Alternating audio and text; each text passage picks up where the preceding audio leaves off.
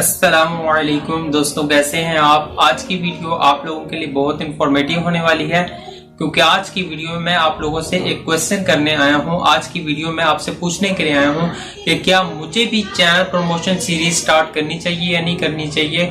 अगर करनी चाहिए तो उसके लिए जो रिक्वायरमेंट्स है वो मैं आपको बता देता हूं कि हम उन चैनल्स को प्रमोट करेंगे जिनके सब्सक्राइबर्स 1000 से कम होंगे और जिनके व्यूज थोड़े आते होंगे, सिर्फ उनको प्रमोट किया जाएगा। और जो बंदा डेली कंटेंट अपलोड करेगा, डेली से मुराद ये है कि वो अगर 2 दिन में भी एक वीडियो अपलोड करता है या 3 दिन में भी वीडियो एक अपलोड करता है, हम सिर्फ उस चैनल को प्रमोट करेंगे।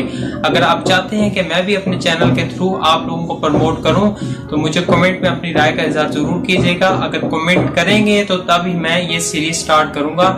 अगर कमेंट करके नहीं बताएंगे तो मैं ये सीरीज बिल्कुल भी स्टार्ट नहीं करूंगा। मैं जो काम कर रहा हूँ वही मैं काम करता जाऊंगा। अस्सलामु अलैकुम, अल्लाह हाफिज।